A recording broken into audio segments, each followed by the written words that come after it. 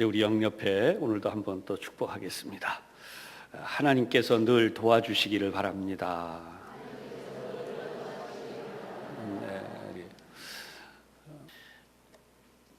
오늘 우리가 본문을 보고 있으면 그 성경이 어떻게 흘러가는지를 보여주고 있어요. 우리 지금 통독하고 있잖아요. 근데 성경을 보면 항상 성경에는 우리 신학적으로 늘 쓰는 단어가 있습니다. 성경적 관점. 그런데 이것을 다르게 표현할 때 이렇게 말해요. 기자의 관점, 성경 기자적 관점.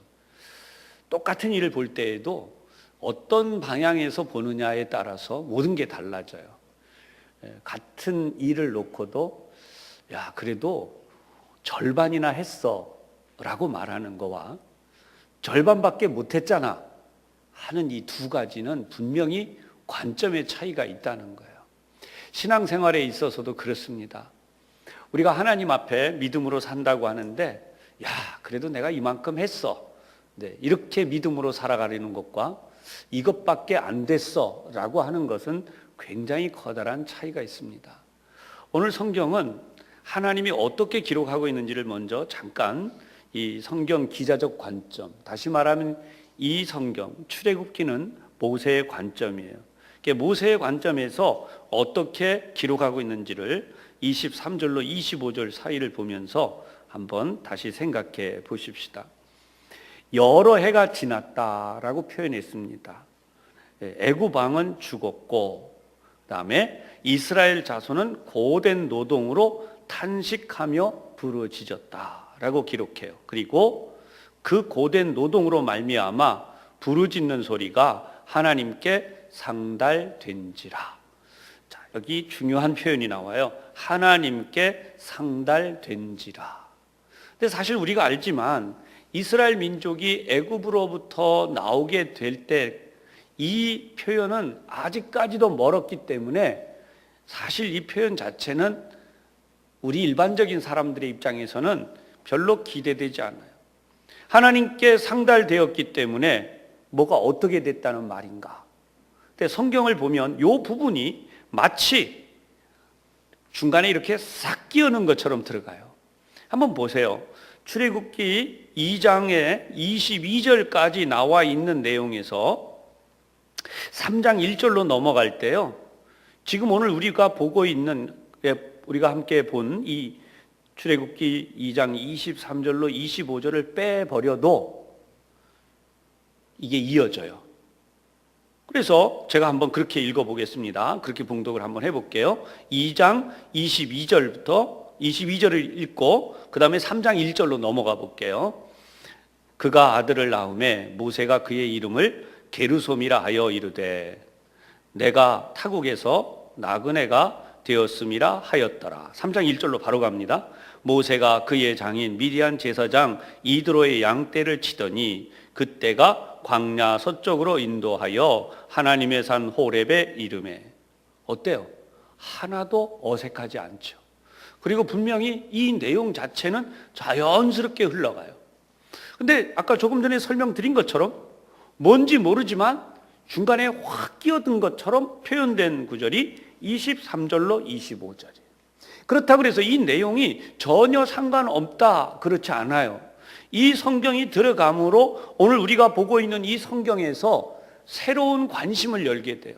아, 지금 뭔가 하나님이 이스라엘 민족 중에 행하시려는 것이 있구나 라고 하는 기대를 가지게 되는 말씀이 이 부분이에요. 그런데 이 부분이 들어갈 때 조금 전에 말씀드린 것처럼 성경 기자적 관점이 명백하게 드러나요. 그러니까 모세의 마음이 명백하게 여기 들어가는데 하나님이 주셨던 모세의 마음이 여기에 들어가 있다는 거예요. 어떻게 됐다고요? 하나님께 상달되었다. 백성들의 부르짖음, 무엇 때문에 부르짖어요? 고된 고통 때문에. 그들의 사는 삶이 너무나 힘들었기 때문에. 그래서 하나님께 부르짖었다는 거예요. 그 소리가 하나님께 상달되었다. 성경은 그런 의미에서 이 부분이 명백하게 우리에게 굉장한 희망의 소망을 가지도록 우리의 마음과 눈을 확 돌려놓는 거예요. 그래서 하나님은 다시 강조되어지는 24절은 23절을 또다시 설명하는 것이에요. 하나님이 그들의 고통을 들으시고, 여기 없어도 돼요. 이게 24절도 하나님이 그들의 고통을 들으시고 하나님이 아브라함과 이삭과 야곱에게 세운 그의 언약을 기억하사.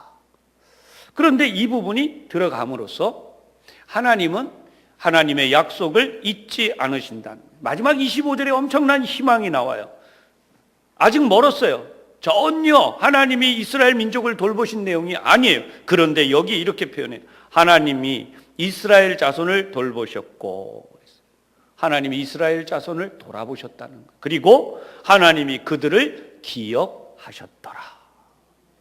오늘도 말씀을 대하는 우리 교우 여러분, 우리 여전도의 주간으로 3.1절이 일어났던 그 시간을 또 우리가 생각하면서 하나님 앞에서 이 말씀을 대하는데, 절반이 넘는 3.1운동 대표자의 절반이 넘는 이들이 바로 그리스도인이었다. 근데 지금은 이런 이야기가 교과서에 실려야 되는데 교과서에 제대로 안 실려 있어요. 여러분, 이게 중요한 겁니다. 기독교인들이 뭘 했냐라고 말할 때에 기독교인들이 무엇을 했는지를 역사 속에서 분명하게 우리의 아들, 딸, 손자, 손녀들이 배워야 돼요. 성경은 명백하게 이 부분을 기록하고 있듯이 우리도, 우리 민족이 이것을 배워야 돼요. 이것을 지워버려서 무엇을 했는지, 기독교가 이 땅에 어떤 의미가 있는지, 하나님이 이 땅에 어떤 복을 주셨는지, 어떤 일을 하고 있는지를 기록하고 있지 않다는 거예요. 제가 만약 교과서 편찬위원이다 그러면 저는 이 말씀을 넣을 것 같아요.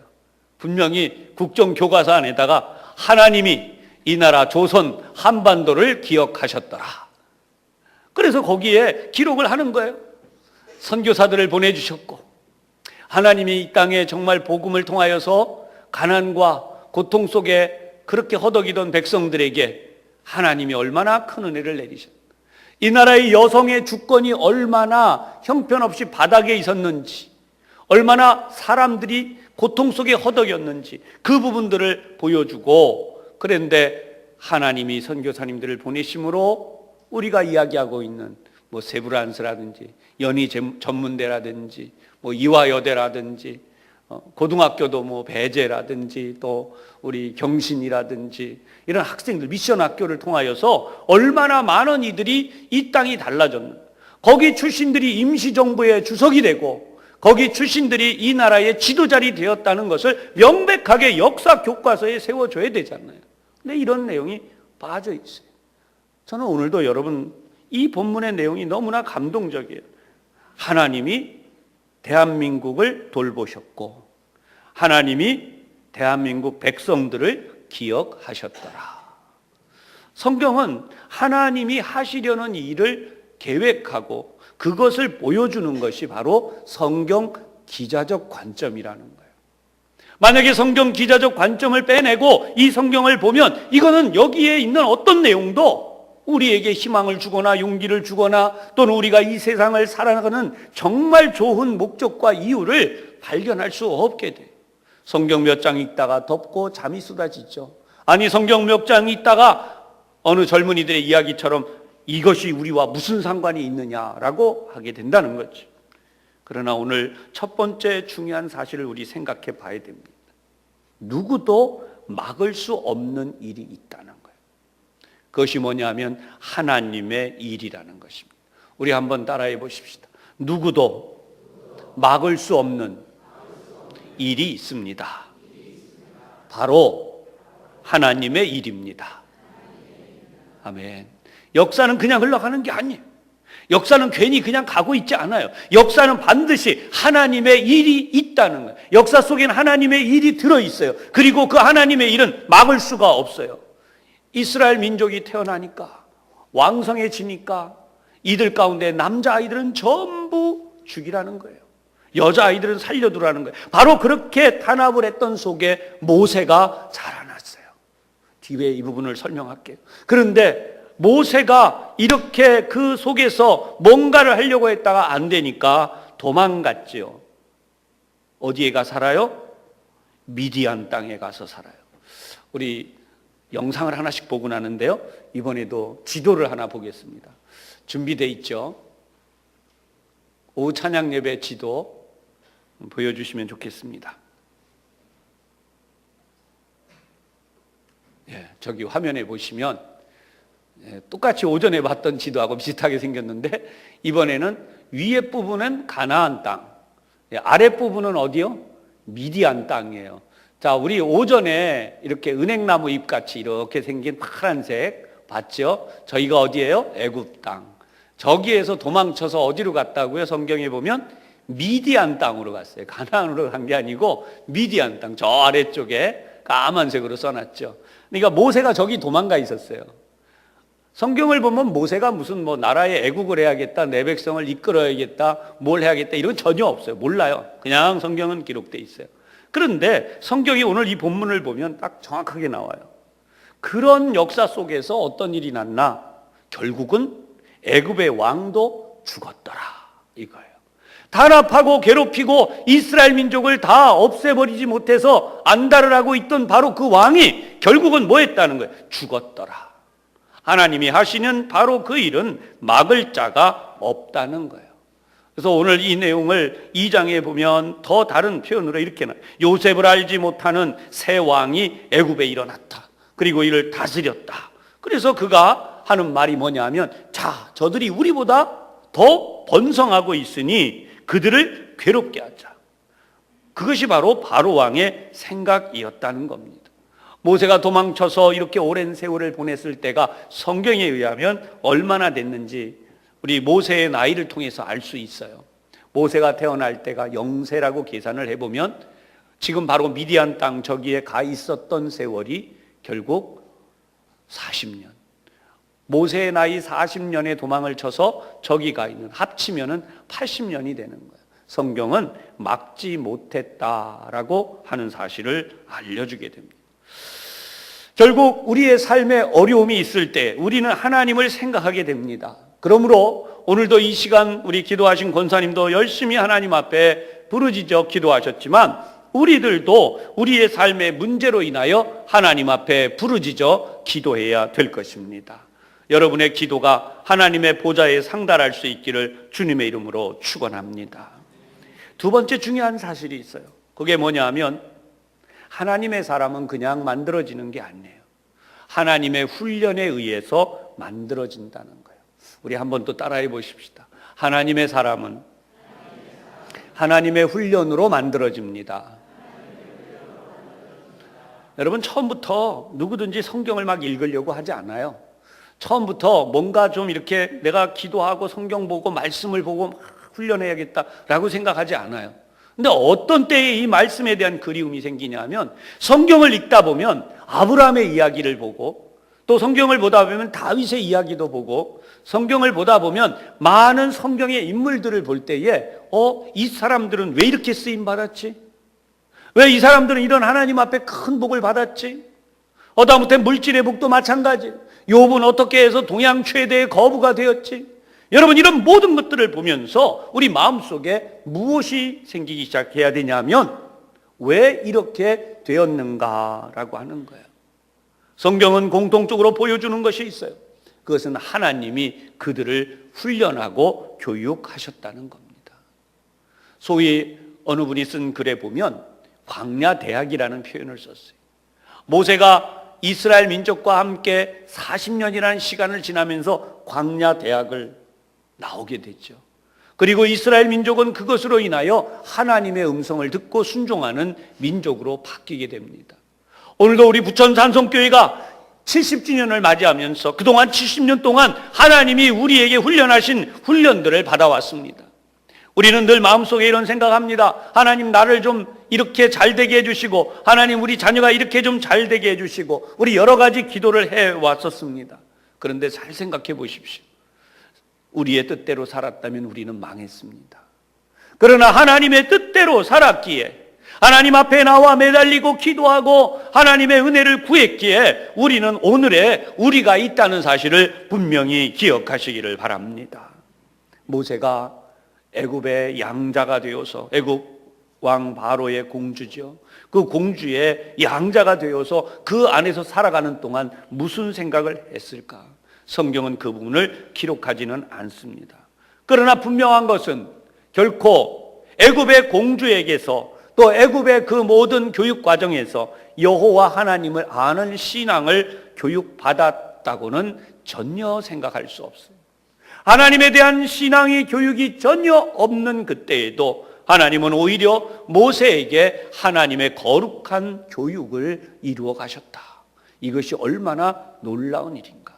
성경은 모세가 애굽 왕궁에 있을 때에 이 생각을 했다고 알려져요. 그의 동족, 그의 민족을 생각하더니, 그리고 기껏 한다는 것이 같은 동족끼리 싸우는 모습을 보니까 그들에게 책망을 하다가 오히려 그 전날 모세가 자기의 혈기대로 행동을 해서 애굽인을 쳐 죽였던 그 사건을 바로 그 이스라엘 사람들이 이야기를 하죠. 그러자 일이 탈로 되었다고. 기껏 하는 것이 도망가는 거였어요. 가장 좋은 왕실의 교육을 받고 그 왕궁에서 자라난 애굽 왕, 그 바로의 공주의 아들이라고 하는 좋은 자리를, 그리고 거기서 자라났음에도 불구하고 기껏 할 수 있는 일은 사람을 죽이는 일이었다는 거예요. 그러나 하나님이 광야로 데리고 가셨어. 사실은 자기가 도망을 갔지만 하나님의 계획은 그 속에 있었다는 거예요. 그리고 거기서 하나님의 훈련을 받으며 40년을 기다리는 동안 하나님의 음성을 들을 수 있는 모세의 나이 80이 되었어요. 사랑하는 여러분, 우리는 어떻게 보면 70년이라는 시간을 오고 있고, 또 이 나라는 남북이 분단된 채 도대체 이렇게 긴 시간이 오고 있고, 오늘 우리가 3.1절 기념 예배를 드리는 것처럼 우리나라가 완전히 외세의 세력으로부터 독립하기에는 너무나 긴 시간이 왔다고 생각하기도 합니다. 그러나 하나님은 하나님의 거룩한 손에 의하여서 모세를 훈련하시고 이스라엘 민족을 훈련해 오셨다는 거죠. 오늘도 우리는 하나님의 훈련에 우리의 마음을 열 수 있기를 바랍니다. 고통과 아픔의 그 세월 속에서 오히려 이스라엘 민족을 태어나는 아이마다 나일강에 던져 죽이라는 그런 왕의 엄청난 박해와 핍박 속에서 오늘 오전에 말씀드린 것처럼 장정만 60만이나 되는 엄청난 숫자로 번성하게 되었습니다. 여러분, 잠시 초대교회를 생각해 볼 수 있기를 바랍니다. 예수님께서 부활하여 승천하신 이후에 초대교회는 사실상 암울해져 있었어요. 누가 복음을 전할 것이며 어떻게 누가 하나님을 믿는, 특히 예수님을 믿는 이들이 될 것인가. 예수님이 승천하신 후에 성도들이 모여 기도하기 시작합니다. 그것을 바로 마가의 다락방이라는 기록으로 성경은 우리에게 보여주지요. 120명의 성도들이 모여 하나님 앞에 기도하기 시작했고, 바로 오순절 날에 성령 강림 사건이 일어납니다. 이로 인하여 초대교회가 하루에 3,000명이나 회개하는 놀라운 부흥의 역사가 일어나게 되었죠. 오늘도 우리나라를 바라보십시다. 우리의 눈으로 바라볼 땐 위기이고 어려움이고, 교회를 바라보면 교회 역시 힘이 없고 무너지고 있다고 볼 수 있습니다. 그러나 다시 한번 말씀드립니다. 하나님이 하시는 일은 사람이 막을 수 없습니다. 이 나라 이 민족 가운데 하나님이 선하신 일을 이루어 가시기를 간절히 기도할 때에 하나님은 우리의 기도를 들으심으로 오늘 성경 본문의 말씀과 같이 하나님이 이스라엘 자손을 돌보셨고 그들을 기억하셨더라. 하나님이 대한민국을 기억하시고 하나님이 대한민국의 백성들을 기억하셨더라. 하나님이 이 역사가 우리에게 있게 하여 주옵소서. 성경은 명백하게 들으셨다, 기억하셨다, 돌보셨다. 오늘도 여전도의 주관으로 드리는 이 예배를 통해서 하나님이 들으시고 기억하시고 돌보시는 역사가 이 나라에 이루어지고, 또 이 자리에 함께하는 우리 교우들을 통하여서 하나님의 이 귀하신 뜻이 이루어질 수 있기를 간절히 소원하고 주님의 이름으로 축원합니다. 기도하겠습니다. 하나님 아버지, 오직 하나님만이 우리의 구원자이심을 다시 한번 저희들이 이 말씀을 통하여 깨닫습니다. 하나님께서 우리의 고통을 들으시고 우리의 아픔을 보시고 이스라엘 민족을 돌보셨던 것처럼 이 나라 대한민국을 돌보시고 하나님이 이 나라 대한민국의 백성들을 기억하여 주시고 그리하여 하나님이 예비하신 모세와 같은 하나님의 지도자를 이 땅에 다시 한번 세워 주옵소서. 예수님 이름으로 기도하옵나이다. 아멘.